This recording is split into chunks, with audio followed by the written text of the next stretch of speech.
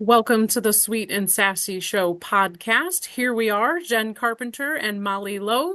We are on episode 19 today for the month of June, and boy, are we aligned today. Spirituality and strategy for ultimate life and business alignment. We were just chatting a little bit about our topic today, and we're very aligned with Molly already teaches and works in spirituality and strategy in her business as the LinkedIn business coach and queen, as I also work in the world of mind flow mastery coaching. So I've been, building my balance of my logic mind and my heart and focusing on that as I'm growing my business as well. So here we are with spirituality and strategy in full force here today. I love it. I love it. It's so timely and I can't wait. I feel like this is going to be, I mean, I say this every time because every single episode is my favorite, but this might be my top favorite. Excellent. I'm excited. Thank you for being here with us today. I will hop right in. One of the first topics we wanted to talk about and that I started with is energy and spiritual purpose. So having your energy and your purpose balanced properly helps you be able to make better decisions, strategic decisions as a business person, as a parent in your relationship. So having that balance helps you make better decisions. And then you obviously get better outcomes, the better decisions that you make. And you're more clear and you're more focused. Focus is what I've been focusing on quite a bit lately is you have more clarity and focus, and I'd say more confident with the decisions that you do make. And you're, by doing that as well, sticking to your commitments to yourself, your integrity with yourself. So connecting your intuition and aligning your business and your personal life, also be able to set small goals and make them be achievable goals that'll drive more momentum and success and fulfillment.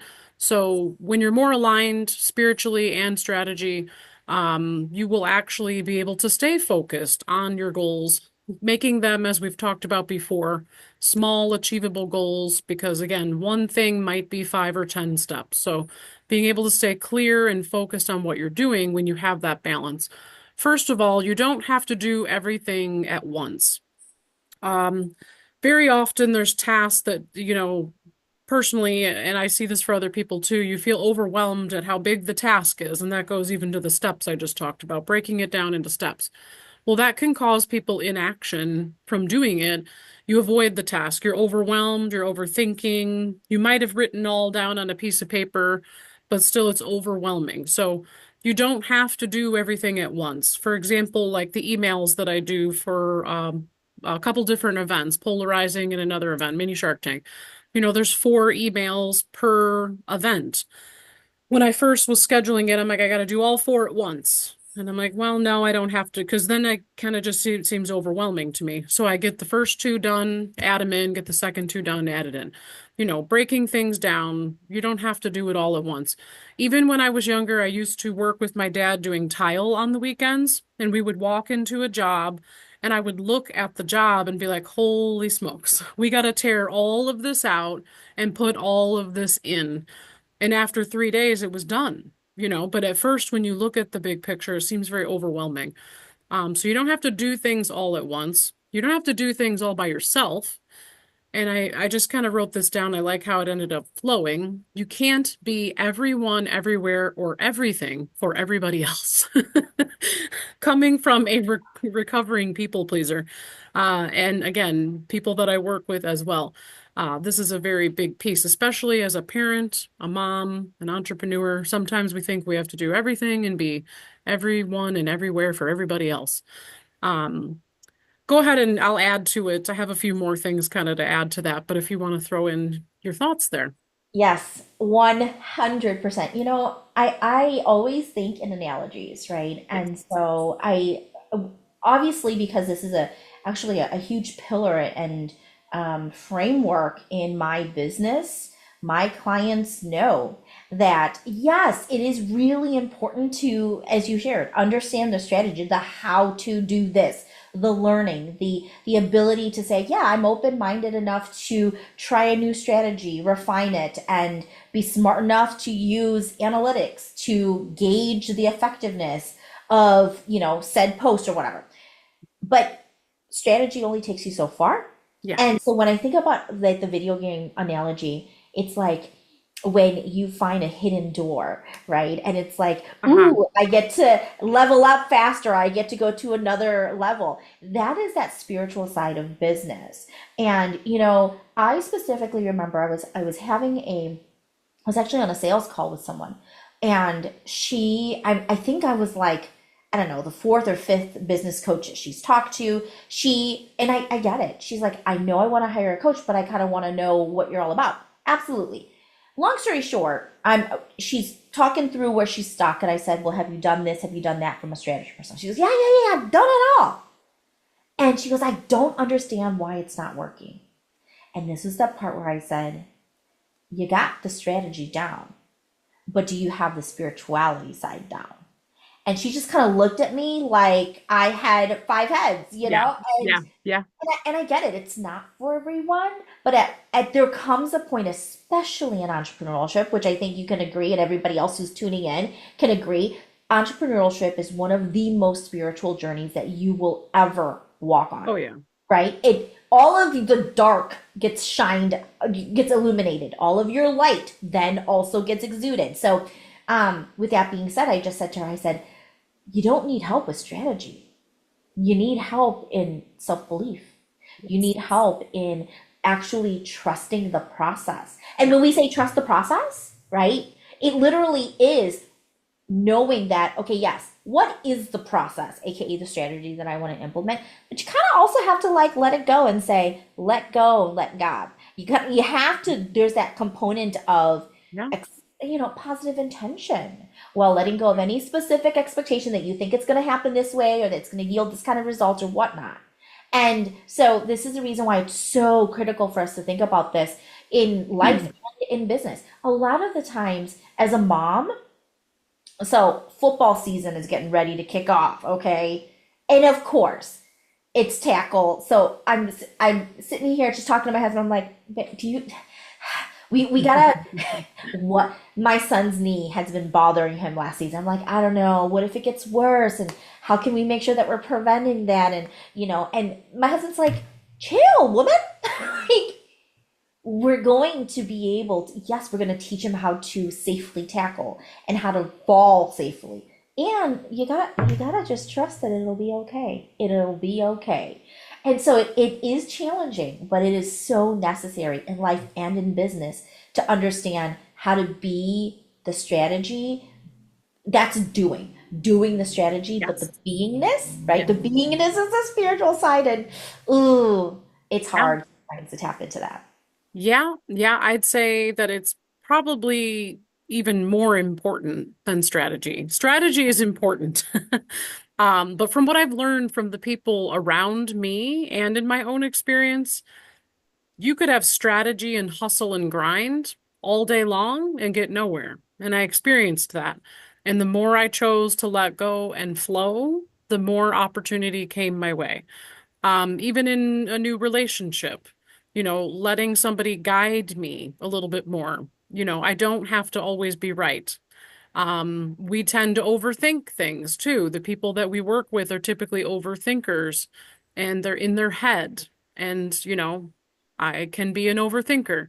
Um, Trusting and allowing that things will work out the way that they're supposed to. As I say, wherever you are is exactly where you're supposed to be.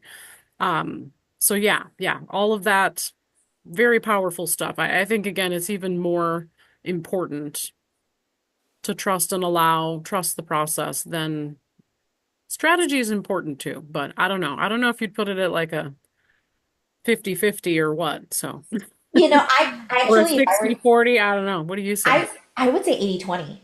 I say 20% of this is strategy because if you think about Ah, it, okay. Okay. I was if you, curious yeah, so on if your we, perspective. yeah, so here's the way I think about it, okay? If you think about just the basics of entrepreneurship and just sales and marketing at its most elementary, like concept. I mean, of course, me being historical fiction reader and fan, Yes. and I think Yes. about like ancient times, sales and marketing was sales and marketing.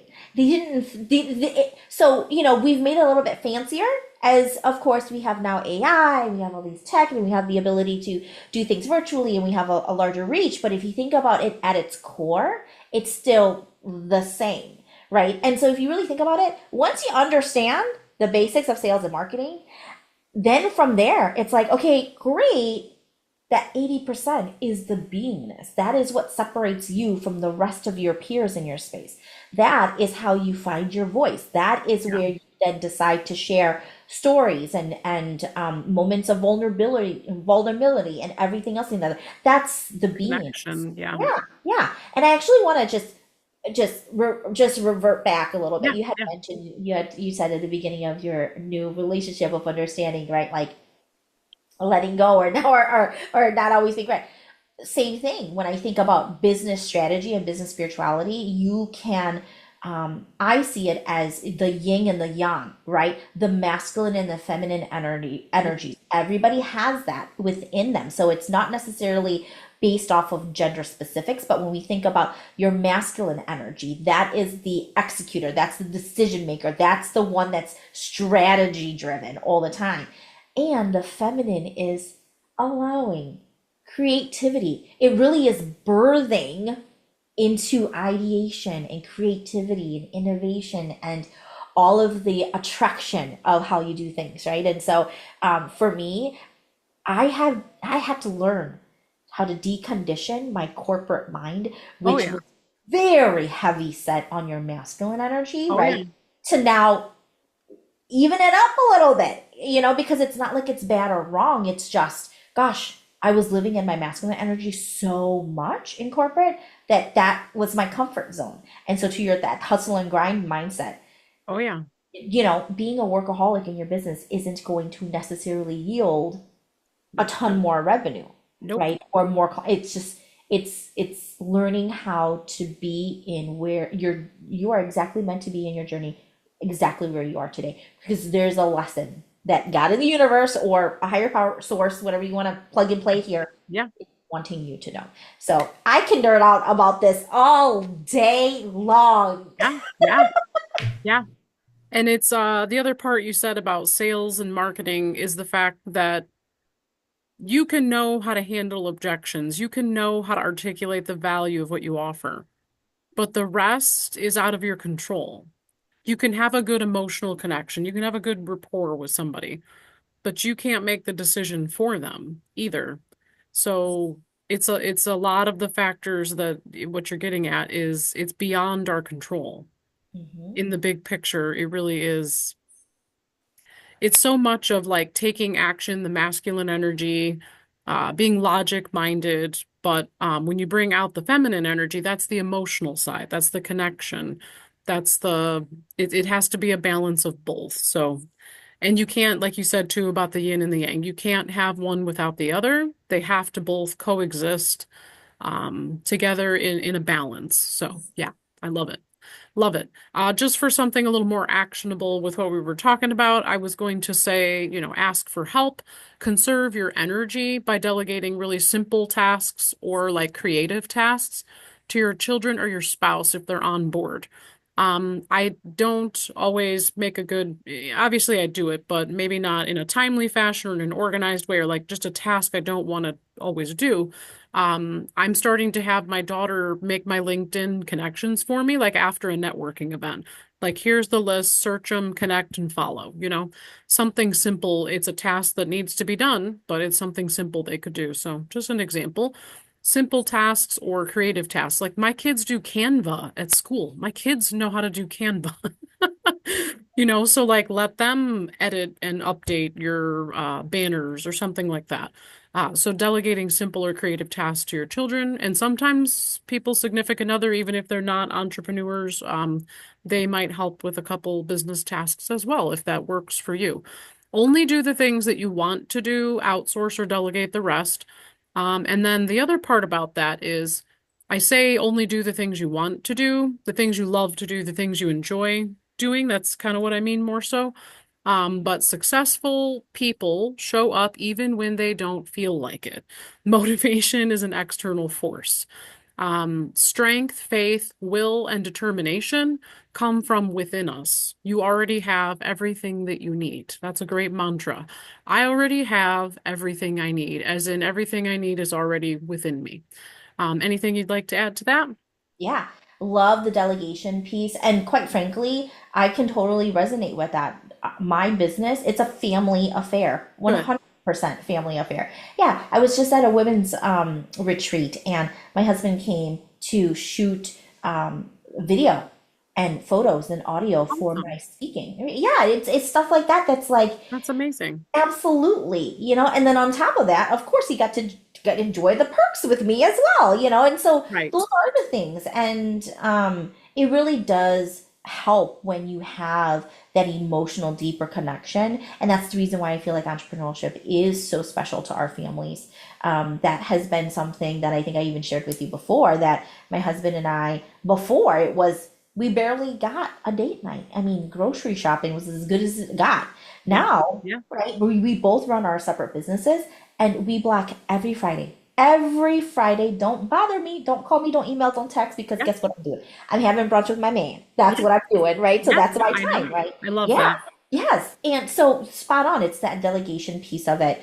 And I will also say that there are some things like I'm a firm believer in especially sales until you can outsource that, and I do think that sales is Yeah. one of those things where you have to understand how to sell to your people before you can train and delegate that with Oh, someone yeah. else. For sure.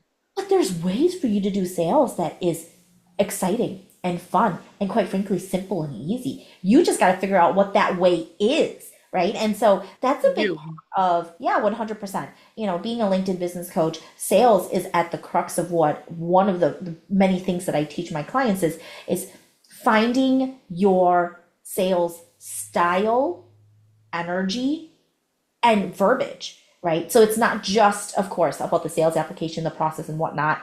It's about like, how do you want to show up? The energetics on sales calls is everything, everything. And the ability for you to help people to navigate through that. So, to your point, yes to all of that. It is truly about understanding how and what you want to align yourself with, and then mirroring your strategies to that beingness of how can I make this exciting, easy, and simple. I love that. I love that you have such a clear strategy for how you want to show up. We talk about that often. How do you want to show up today? Showing up in your energy, all of that. I like that you actually have a strategy and a structure for it because I'm so damn logic minded. Ah, I love it. I just wanted to add too before, and this actually what you were talking about goes into the next topic I had anyways. The fact that even still people will tell me, it's crazy. This is probably what's behind it. I have always been a talker. I've always told stories. This is the joke. My dad used to always say, long or short, Jen, if I was going to tell a story. So they would just joke that I would, go on and on. But so I think that's maybe probably why I've kind of like hindered my emotional side or the story, not intentionally, again, subconscious. And I've thought about it more lately. And I'm like I said, I'll be at a networking event or a different mastermind or whatever, and people will still bring up the fact that they can tell that I'm so logic minded and that I need to bring out that emotional side and that you know, the balance of your heart and not so much head, being so much in your head. So it's something that I have to continually work to shift, but it is a shift that is required as we're talking about all this again, the balance of the two. But as you were talking earlier, it reminded me of how often, well, it used to come up more often. I'll put it this way. It comes up less and less, but there was a group when I first met them, that was back in August, and they said that immediately, they were like, but again, it comes up less often. So obviously I'm beginning to shift and balance a little bit more. Yeah, but When like you've that's lived a lifetime that way, it's a process, it's a shift slowly, as long as you're aware of it. and that's just it. It's again, it's the awareness, and then it's the decision to decondition and say, Yes, "Oh, deconditioning. yeah, wait, that wasn't me. Or that's not how I wanted to show up right here, right? Exactly. And at the same Exactly. time, not making it wrong, right? Because that is so much of, I mean, I think it would be absolute bananas for me to say people didn't hire me for the strategy, right? Let's be real. People hire me for the strategy. Yes. Yes. Yes. And Yes. yeah, that's what they need. But what they really want and what they truly need is also the strategy with the spirituality. So I think, there's nothing wrong with that. You have to be from there and from that perspective, and for people to highlight that for you, to be like, oh yeah, dang, yeah, you're right. Yeah. Yeah. Noted. And then you know Yes. better, so you do better. And appreciate it and be coachable in that aspect too. When you're a 100%. people pleaser in the past, you take things personally and whatnot. So that is, not the intention there. It is as long as you're open to it, and you need to be open to it in order to shift and everything. So energetic time management, scheduling with soul. As a parent and an entrepreneur, structure your day and your week based upon your top income producing activities, personal and relationship priorities, your personal time, your family time, your significant other time, your friend time, and do that with flow, energetic flow, like you said, how you want to show up rather than the good old hustle culture that is to be honest, I keep seeing all over social media. I think in the past couple years specifically, not even prior to that. I feel like the shift for everybody to shift from that hustle culture has really come to the forefront over these past couple years. Just to be honest, I don't know if you've seen the same thing. Like it's obviously been talked about, but I really, really am seeing it just all over the place, everywhere. That's people are shifting into this alignment piece and being more balanced, like we're talking about.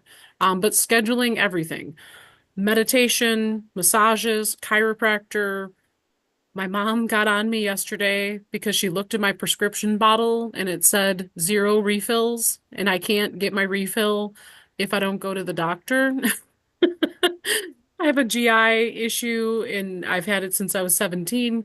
And she goes, Jen, you need to make your doctor appointment. And I was like, whoops, I didn't make my doctor appointment. And I didn't go last year for my tests that I get every year. So I wrote it down on my list. Kid time, personal time, meal time, chore time, reflection time, journaling time. And so, free and flow time, creative time and space. You've talked about in the past how you have one calendar, everything is one. When you write out a schedule, however you do it, your life is business, business is life. You only get 24 hours in a day. However, you need to break up that time and scheduling free and flow time and creative time. Very, very important stuff that we have actually talked about in other episodes. And this came up. Molly, well, for one, I had a unexpected opportunity, attracting things into your life to have a little Reiki session last night. And here we are today talking about spirituality and strategy. And Molly has regularly scheduled sound baths that are very important to her, keeping her balanced in her energy and how she wants to show up each day. She said that she schedules things around her lunar cycle, the moon phases. Not something I'm too familiar with, but this came up, and yeah, she actually does that. So why don't you talk a little bit about that, and then I have one other thing to add. Yeah, absolutely. So here's the thing. I'm a Cancer, okay? Sun and rising, and I am an Aries moon, okay? So for all of my woo-woo astrology girls, you know what I'm talking about. I truly am grounded by the lunar cycle, my lunar cycle. So here are some of the things from a personal and also, as well as business perspective that I incorporate into my calendar. Number one, okay, first and foremost, I know that I am the crankiest and most critical about myself as well as everybody else in my new moon phase. So Huh. I know that. So I have literally on my phone, and I will pull it up right here. I have a little widget of the moon because I want to know, oh, okay, it's going to be a new moon. No wonder this is making sense for me to why I'm so crabby or I feel stuck a lot. A lot of the times I get into this tear it all down, burn it all down, and do it all over again kind of phase in my business. And I just have to stop myself and think, no, we don't need to do that. Oh, it's the new moon. Yes. Okay. This is why you're acting this way. An And explanation at so, least. yeah, right. Some kind of, and then, right now with it being a full moon, I am really energized in the sense of like, releasing things. And so when it's a new well, a full moon, I just want to release. I'm like, I'm going to let go of this. This doesn't serve me. I'm going to let go of this. And I start purging things, right? And so I have acknowledged my literal lunar cycles and tracking it first. So you first got to track it to know. When are you feeling most energized? When are you feeling most critical about things? When do you just feel like I got to clean the whole house up and down? Make a note of when that's making you feel that type of way. And of course, we're women, so I'm gonna talk about our menstrual cycles because that's important. When I'm in my luteal phase and I'm really crabby, that is not the time for me to try to force things to happen in my business. Yeah. That is not the time for me to do a lot of workshops or a lot of speaking events. That's time to rest. That's time to tune into my body. And guess what? That means I need to take an afternoon nap. I'm going to have to take an afternoon nap. And so my schedule is going to be reflective of that. And yes, sound baths all the way. So I specifically do sound baths on new moon and full moon. I will say I like sound baths for new moon better than I do for full moon. Both of them serve its purpose, but yeah, it's interesting. So that's Very what cool. I. Very Mhm. cool stuff. And interesting that you say that. I didn't really realize that it was full moon, but I've heard even in most conversations lately, again, business meetings, networking, outside of business, people talking about letting go and really flowing over the past week or two, like this recently. So yeah, I think that's really, really interesting and probably an aspect many people have overlooked. I don't know a lot about it. But I think it's nice. It's like knowing what to expect. The whole thing I've talked about before, like the emotional cycle of change, knowing what to expect. The fact that you get excited about something, that's level one. The bottom is the valley of despair. That's level three. You work your way back up. Level three is when people almost quit at the bottom, and then you work your way back up and it's exciting. So like knowing what to expect, like not basing everything you do off of the fact that the cycles are there, but I mean, you can do it in that aspect, like you said too. But knowing that, like, God, why the hell am I acting like this? Like, what's going on? To again know that there's something bigger and greater than you that's going on, and there's an explanation for it. Like, oh, that makes sense. I understand why this is going on right now. And I've actually talked to a couple people about this part recently too. Um, basically transition fatigue and whatnot when you're going through like major changes in life, even if they're smaller too, actually, not even necessarily major changes, any kind of transitions, you'll feel exhausted typically for like 2 to 3 weeks straight. And some people are like, I don't know, I've just been so tired for the past couple weeks or the past few days. And I'm like, well, what's going on in your life? So I talked to my sister about it recently. I've experienced it personally. An old coworker experienced it. So I tell people about it all the time. Like, hey, you just went from this to that. You might be like really wiped out for the next week or two or three. It typically is 2 to 3 weeks because your nervous system has been heightened and you're overwhelmed, you're stressed, and maybe it's even something that's new and exciting. It's a total shift from one thing to the other, either letting go or new exciting things are coming your way, like whatever it is you can feel really overwhelmed and exhausted. So it's a transition thing. That I've seen it, I've experienced it myself, and it's nice to know what to expect, was my point, is that I tell people that because sometimes they're like, man, I just don't know what's going on right now. It's really helpful. So when I tell people that, they're like, oh, thank you. That's very interesting. I've never heard of that before.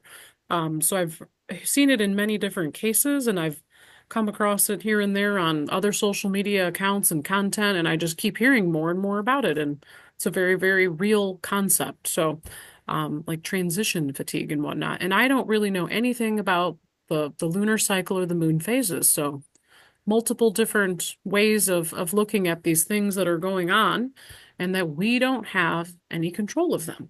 Yeah, I think that's a really great, solid um, core message here. Is it doesn't really matter the methodology necessarily, but I think the takeaway here is honing in on your energy and how you're feeling and your beingness, right? And so there is very much that spiritual component of life and business. And for me, yeah, I'm going to track my lunar cycle. I'm going to do it according to that.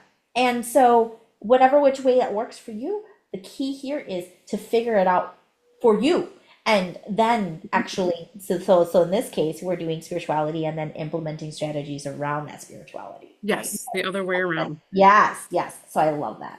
The only thing I was going to add about, balancing the schedule and things like that was working in like 3 hour productive time slots where you're scheduled 2 to 3 hours, like very productive, doing that at a time of the day that you know you can be most productive. I've been kind of playing with my schedule a little bit day by day of, do I want to work really, really hard from 8 to 11 and then go outside, take a walk, eat lunch for an hour or two, or like what time I've been shifting things a little bit more to make it work for me. So, doing things when you feel most productive, doing the things you enjoy when you need to flow more, when you need to move your body more, and kind of just, like you said, building it the other way around, getting it all done, but making it work for you. So working in 2 to 3 hour productive time slots, very focused, productive work, and having, a 30-minute break in between, or you take an hour break in the middle, and that's the only break you take, like making that schedule flow and work for you. And the last thing I wanted to add was just everything we've talked about, really, just the fact that shifting from these hustle culture, burnout, to be more successful in the ways we've talked about, being rooted in joy and rest and alignment, taking rest when you need it, um, and less doing and more being. I had put that in my notes, but we already kind of touched on that. But hustling is forcing the outcomes. Serving your clients, serving with alignment. When you are aligned, you're going to attract more clients. You're going to attract more opportunities, more income, all of those things. I've even had that more recently. Again, the more I let go, the more I trust and allow, is the more that comes my way. So, trusting and allowing, and that puts it all together. So yeah, I love the whole direction that this went. It's already what Molly Lowe, LinkedIn Business Queen, teaches, but really blending the balancing your head and your heart, as I talk about, and spirituality and strategy, as Molly Lowe talks about. So thank you for joining us today. Anything else you'd like to add? No, so fun. And I can't wait to hear all the comments of the things that are sticking with you guys. Let us know. Definitely. Thank you for joining us. Connect with Molly on LinkedIn, and I believe you're still, you're there on YouTube either way, but this is my channel here, Jen Carpenter, Secure and Savvy Solutions. Jen Carpenter, Secure and Savvy everywhere. So definitely connect with us on our socials and leave us a comment below. Stay tuned for the next episode, which comes out the second Friday of every month. Have an awesome month.